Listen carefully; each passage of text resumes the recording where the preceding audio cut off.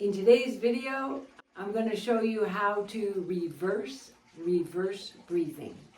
I'm Krista with the Intelligent Body, and in order to reverse breathing, we have to first explore what breathing is so you know what reverse breathing is so you can reverse it. And to do that, we feel the diaphragm. You can feel your diaphragm either in standing or sitting up tall the way I'm doing. Bring your fingers to the base of your sternum and you can feel the angle of your ribs. And put your fingers right on the tissue side below the ribs. Press a little bit in and breathe deeply. And you'll feel on the inhale that your fingers get pushed out a little bit, and on the exhale you'll feel that you can push your fingers in a little bit. Maybe you won't feel that, maybe you'll feel something different, but what you'll feel is the edge of your rib cage, and inside the rib cage, filling the bottom 5 to 6 ribs, is your diaphragm. So leave your fingers here for one more breath. Feel what movement you feel, and then let your arms shake out. Feel where the edge of your pinky finger was. Put your index finger just on the other side of that, so you're waking up to this lower section of your ribs, and press your fingers in and a little bit up and inhale. And notice what you feel when you inhale.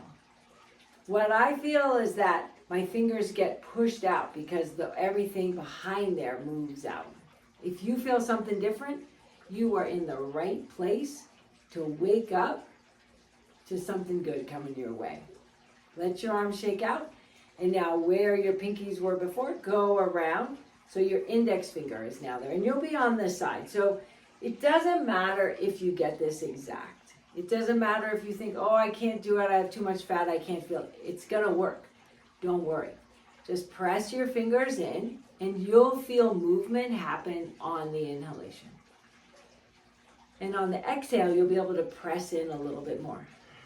Now, maybe you'll feel something different, but you're still going to just press your fingers in. You can also press with this part of your hand. So you're pressing into the waist, basically above the pelvic bones and below the ribs. And feel how your ribs move as you inhale and exhale. And let your arms shake out. And finally, go around to the back. So you're going to bring your thumbs around to the back. And press in and up and see, do you feel any movement there? There is movement that happens there, ideally. And what we're doing will wake up movement. And the more movement you have of your ribs, the more breath you have, the more sense of the breath you have, the better you feel. So do that for 2 more times.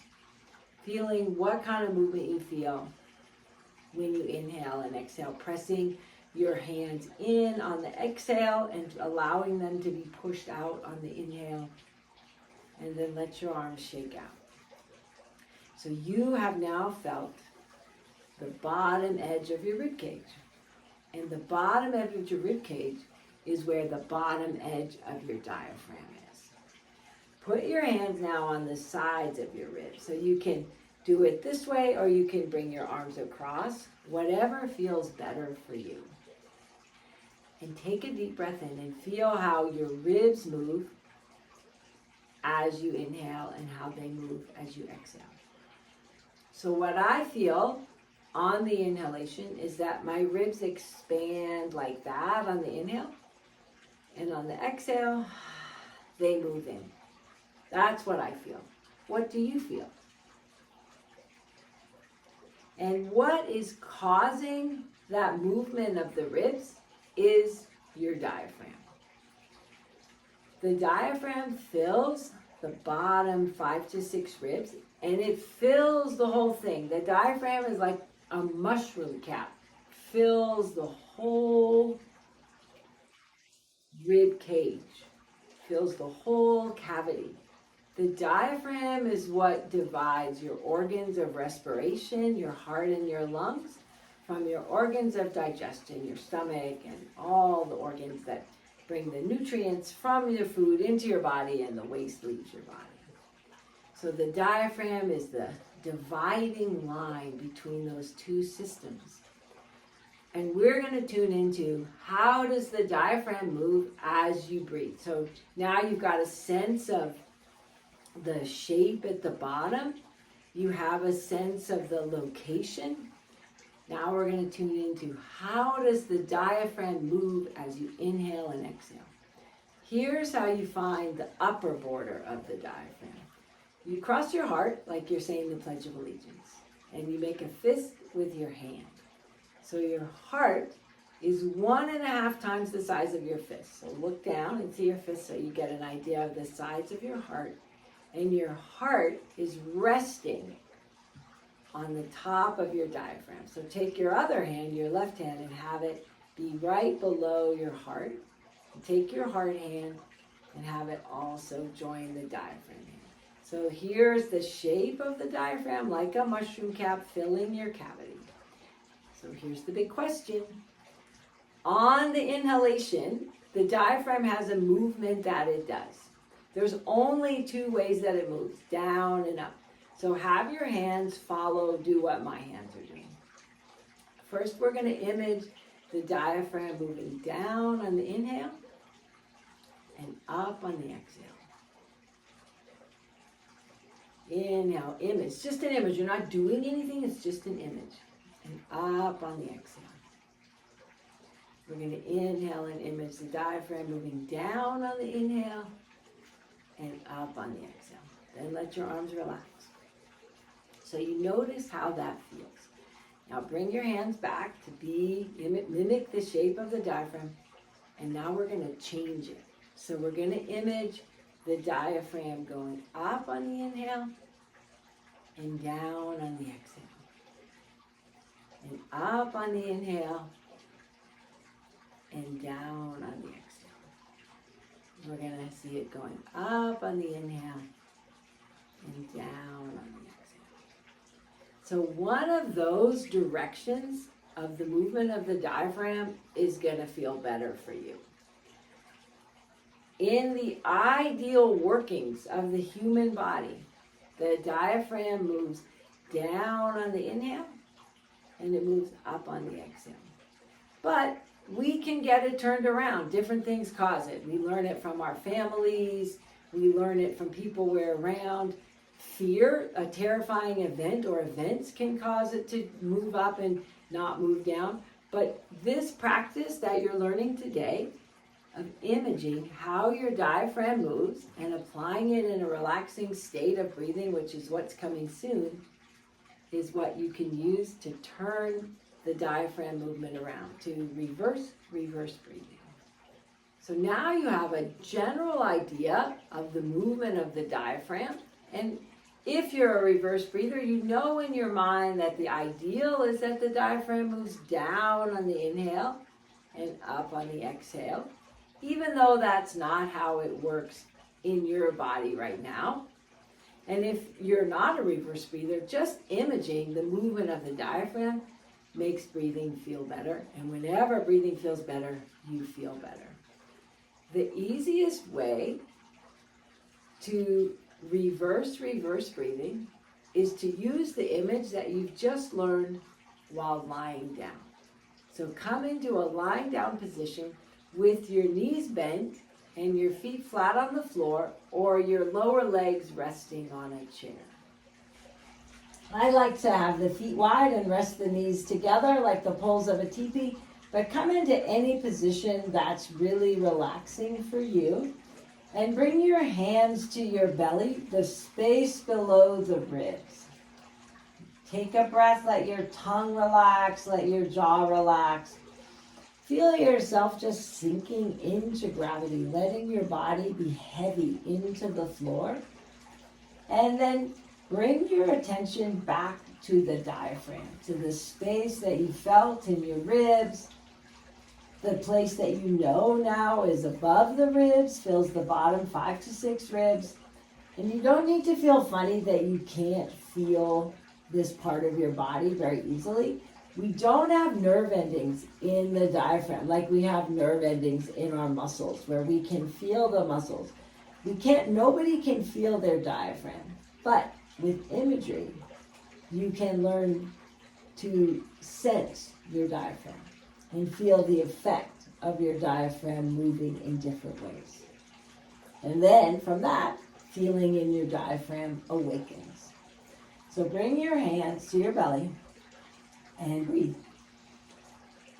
And notice what happens. So if you are a regular ideal breather, what happens is on the inhale, the diaphragm goes down and your abdomen poofs out because all the organs get moved down and they displace to make room for the diaphragm to move down. And on the exhale, it'll go back up.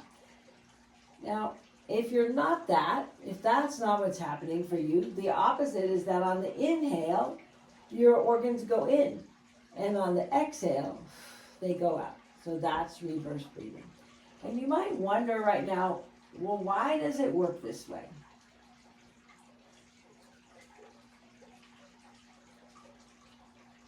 Here's why.